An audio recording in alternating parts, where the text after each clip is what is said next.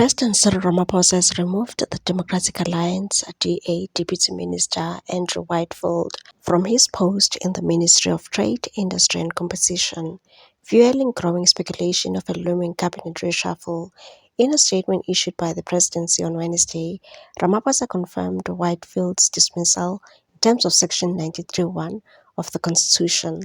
While expressing gratitude for Whitfield's services, the president stopped short of announcing broader changes to his executive. And the statement said, the presidency can confirm that in terms of Section 93(1) of Constitution of the Republic of South Africa, 1996, President Cyril Ramaphosa has removed the Honorable Andrew Whitefield, Member of Parliament, from the position of the Deputy Minister of Trade, Industry and Competition. Although Ramaphosa thanked Whitefield for his tenure, the move has triggered a flurry of speculation over whether more dismissals are on the cards, especially amid ongoing controversies shaking the government of national unity. The axing of Whitefield comes amid a storm swirling around Higher Education Minister Nobuhle Nkabane, who has faced heavy backlash over politically charged appointments to sector Education and Training Authority boards. In May, Nkabane sparked outrage after recommending individuals with strong political ties, including Buyambo Mantashe, son of Mineral Resources Minister Gwede Mantashe, and former KZN Premier Nomisa Dube Ngcobo, to serve on SETA boards. Also named were KwaZulu-Natal Transport Boss Siboniso Mpele and ANC Johannesburg Deputy Regional Secretary Loyiso Masuku. Nkabane refusal to disclose the selection process for these appointments has further deepened concerns around political patronage and lack of transparency, with opposition parties now calling for her dismissal. Minister in the presidency Khumbudzo Ntshavheni on Wednesday declined to confirm whether the broader reshuffle was on the horizon.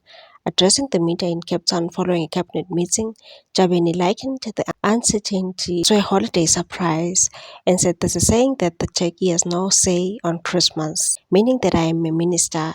If the service is full, I'm equally affected. Pressed on whether the president was planning a major shake-up, Ntshavheni said she has no insight, reminding journalists that the cabinet changes remain the exclusive prerogative of the president, and said the decision to appoint, disappoint, remove, or reshuffle ministers and deputy ministers is the role prerogative of the president. He exercises that without consulting anyone. Dodging further questions, she maintained that she had no such authority to speculate. Meanwhile, the Democratic Alliance has called an urgent meeting of its federal executive to discuss the developments.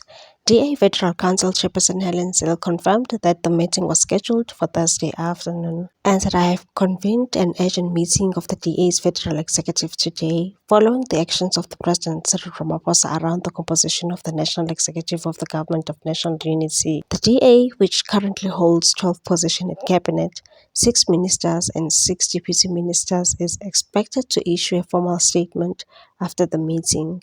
It remains unclear who will replace Whitefield or whether this marks the beginning of a broader purge from the GNU cabinet. But with pressure mounting and political tensions flaring, all eyes on the union buildings for Ramaphosa's next move. What's your take on this one, people? Thanks for watching. Please subscribe for more news.